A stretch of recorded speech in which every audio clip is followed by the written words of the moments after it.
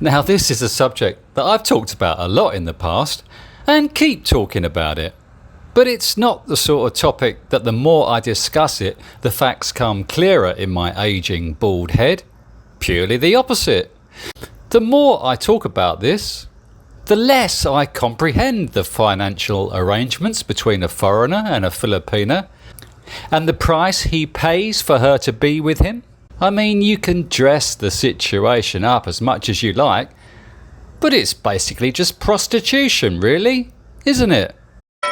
Hello, good morning, good evening, and welcome to Big World Cinema.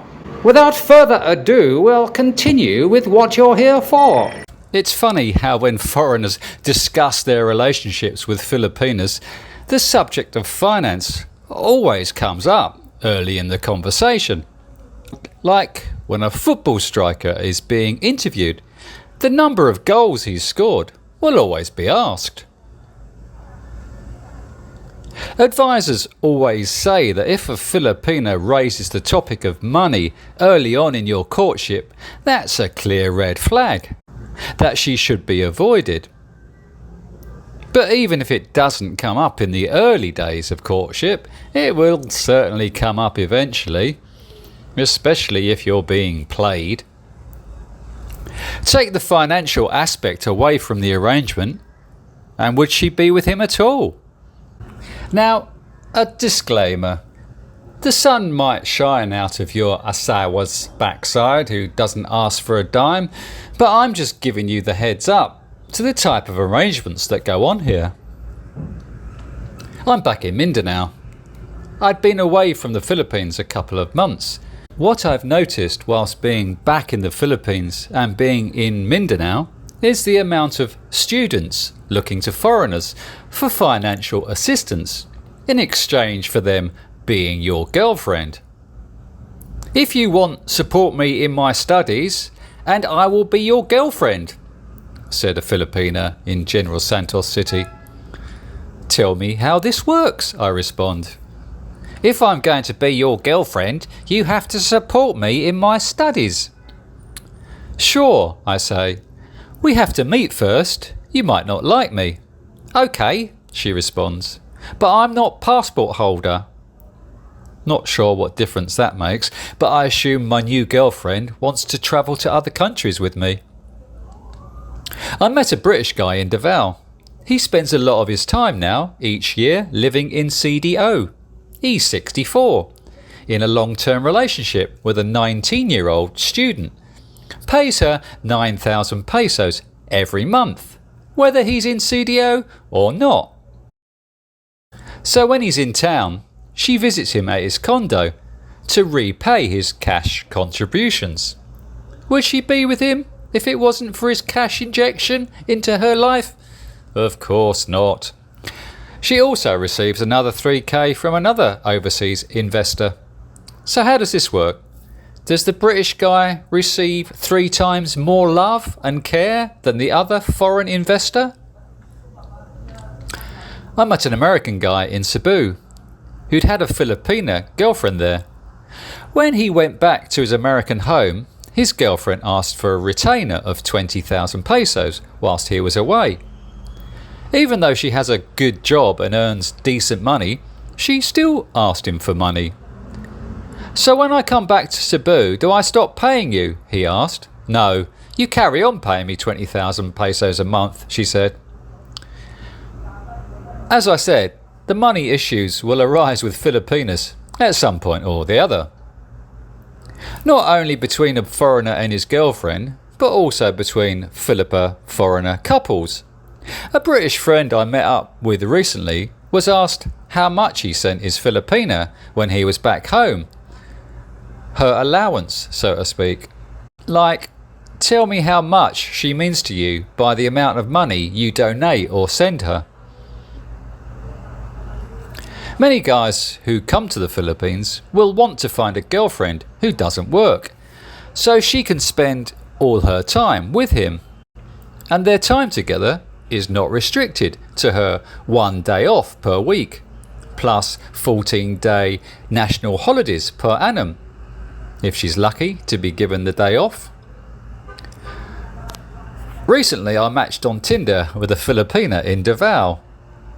We'd previously matched a few months earlier when I was in Bohol. She asked if I remembered her. Sure. She was 20, had had a job in Manila, but met a guy in Davao who wanted her to give up her work and join him full-time in Davao. Now that I was in Davao, she was back home in Zamboanga.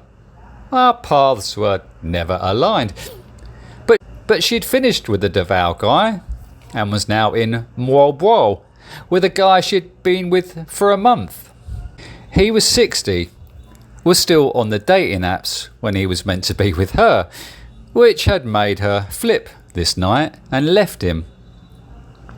She was now out alone in Mualboal, back on the dating apps herself, drunk texting me saying how upset she was. She wanted a serious relationship, but felt that she was being exploited. Ha! You're playing each other, sweetheart, both performing the same charade under the pretense of love in the bedroom. What an existence, just bouncing around the Philippines from one guy to the next. As soon as one game's played itself out, she's moved on to another guy in a different town or city. Return to go, as it were. Many Filipinos are very selfish. They say they're a caring nation, but basically it's, what can you do for me? Me. Gimme, gimme, gimme. I need, I want. It's never, what can I do for you? It's more often, what can you offer them? Personally, I wouldn't entertain a Filipina who doesn't work or earn her own money. I spent most of my working life working down the pit. Never saw daylight for 40 years. And some dolly bird, as my un-PC old man used to say, rocks up who's never got her hands dirty in her life expecting a free handout or sponsor her illegitimate children from different dads. I mean, each to their own. You've earned your own money. You can spend it how you like. We could be masturbating this topic until we're blue in the face, but I'm not going to allow a Filipina to spunk my hard-earned cash for free. When I had a girlfriend in Cebu, I had a Filipina who worked. Not to be confused with a working girl, of course. My mate back in the UK used to say, trust me to shack up with the only Filipina in the Philippines who bought her own rice. I know how to treat a lady. Back in the West, you had a girlfriend or wife who worked, and you both contributed to the household kitty. But now, a little older and flushed with all the income you've saved from working your butt off all your life, plus regular social security payments coming in each month, and wanting a girlfriend who's a lot more youthful than your Western lady, you're prepared to fork out a bit. Show the young Filipina how much she means to you. Your Filipina girlfriend's moved in with you. You pay the rent, electricity, water. You pay for all the groceries. She doesn't have a job as you want her to be with you 24/7. God knows why. Anything she wants when you're walking around the supermarket, she can have. Plus treating her to clothes, restaurants, holidays. You're spoiling her basically. Not allowing her to pay her own way is going to create a good work ethic, isn't it? Paying her to be lazy on your couch. She's never going to want to work again. Plus allowing her lots of free time to make exciting TikTok videos with her fellow classmates. It's easy to find a Filipina girlfriend if you're paying for it. Paying someone to be with you, calling her your girlfriend, that's not really a girlfriend, is it? Guys don't like it when I say this, but that's what you're doing, isn't it? She's with me for me. She loves me for me. Me paying her $500 per month counts for nothing. You need to change your medication, fella. Remove the $500 from the equation and see how long she sticks around.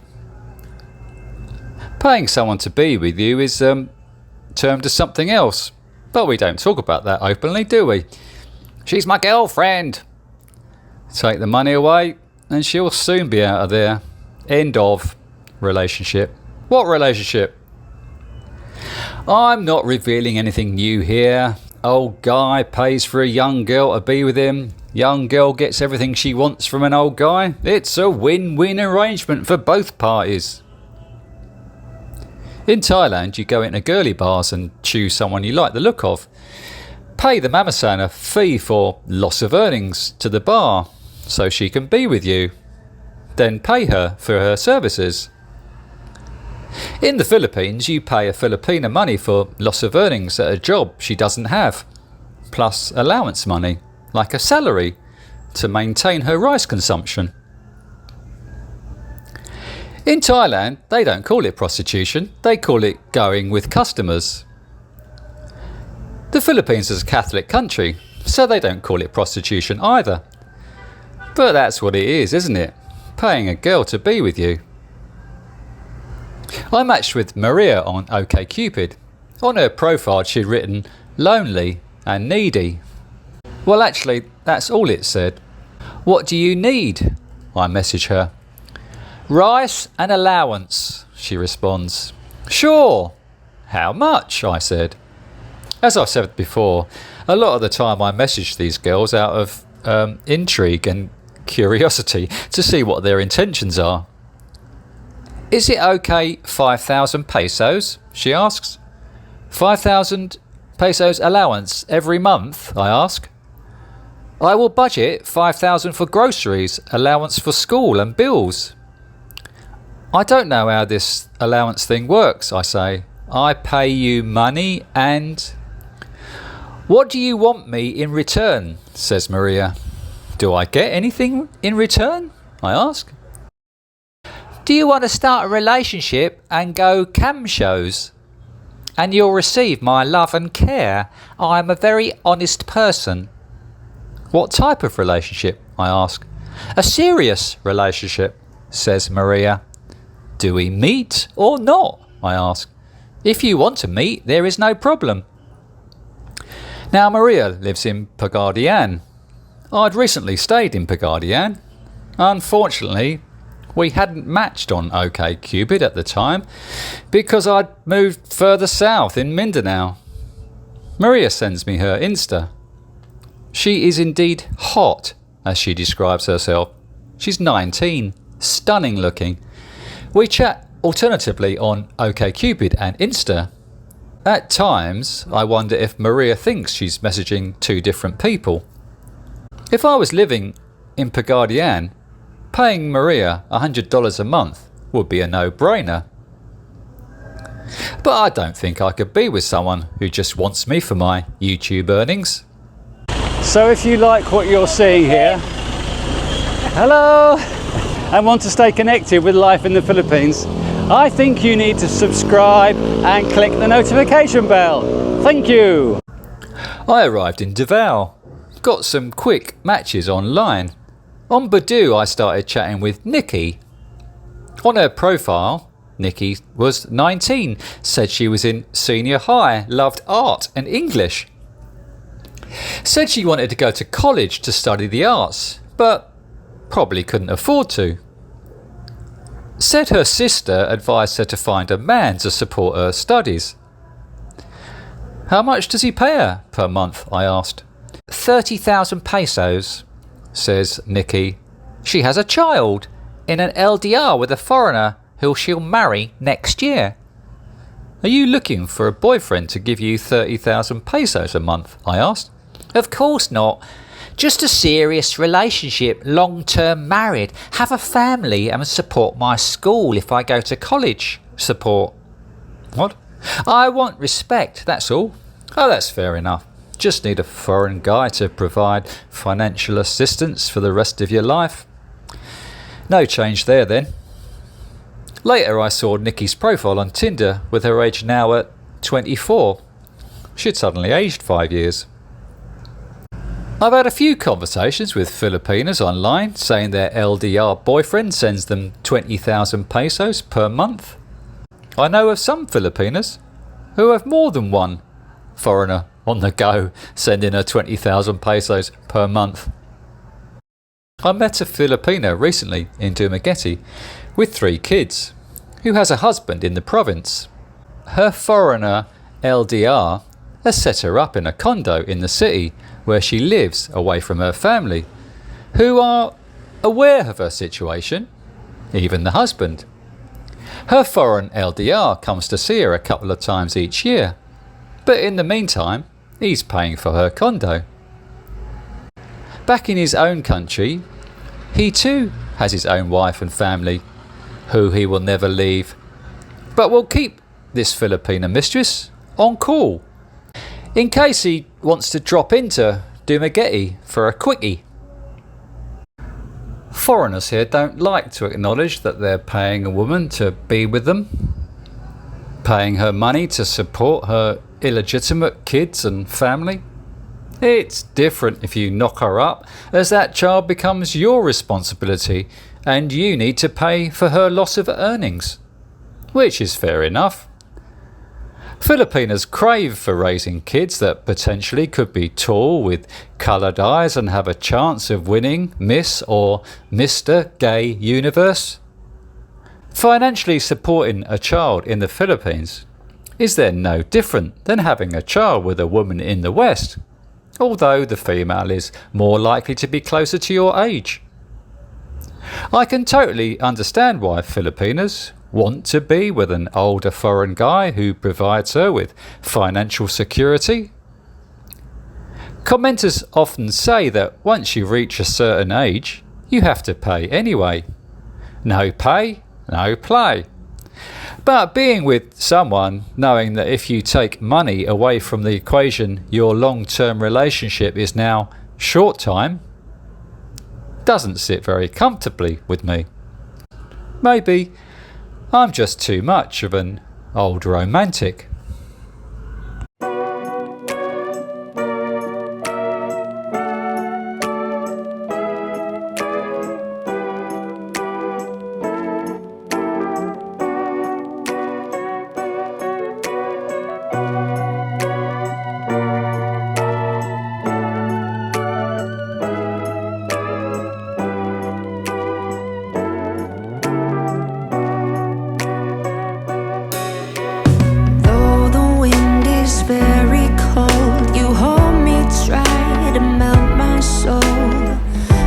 It harder to say goodbye. Your whirling hair and tender eyes makes me feel as cold as ice. Anyway, I say goodbye. In my dreams, we were meant to be, but everything feels wrong. The sky is gray, times are changing. This is the end of everything, but it's hard to say goodbye. In my dreams, we were meant to be, but everything feels wrong. Just doesn't feel right. It just doesn't feel right.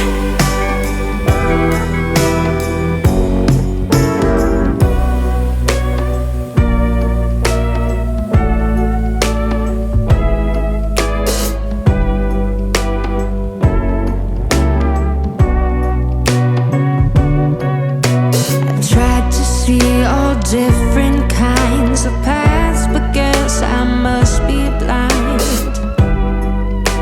At last we say goodbye. In my dreams, we were meant to be, but everything feels wrong. Just doesn't feel right. It just doesn't feel right.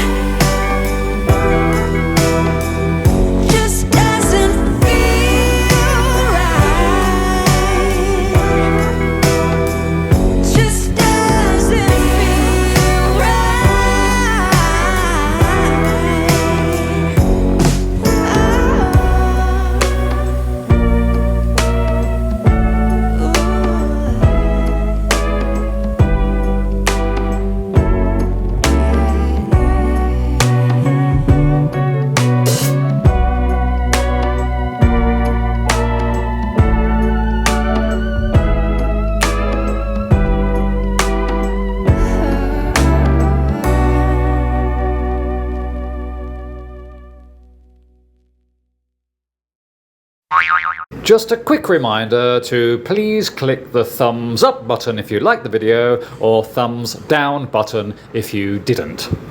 Obviously. Thank you.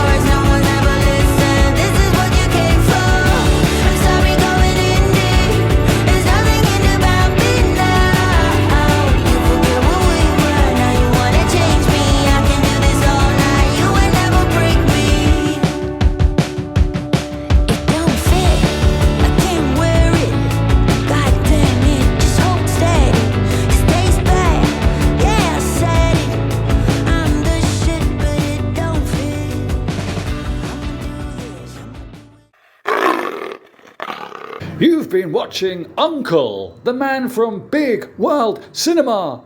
Please like, subscribe and share with your friends.